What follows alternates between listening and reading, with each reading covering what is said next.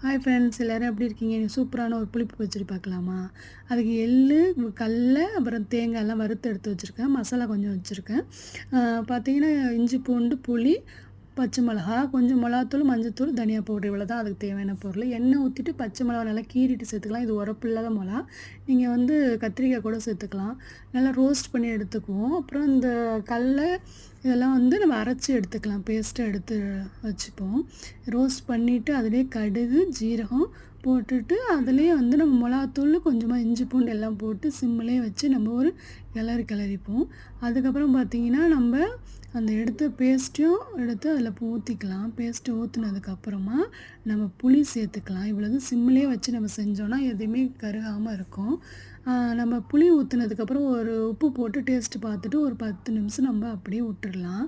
விட்டுட்டு பார்த்திங்கன்னா, எண்ணெய் நல்லா பிரிஞ்சு மேலே வரும்.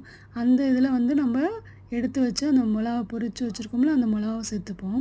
இது பார்த்திங்கன்னா, நம்ம பிரியாணிக்கு, அதுக்கப்புறம் பார்த்திங்கன்னா கீ ரைஸ் எல்லாத்துக்குமே செம்ம டேஸ்ட்டாக இருக்கும். ட்ரை பண்ணி பார்த்துட்டு எப்படி இருக்குன்னு எனக்கு சொல்லுங்கள். Thank you friends.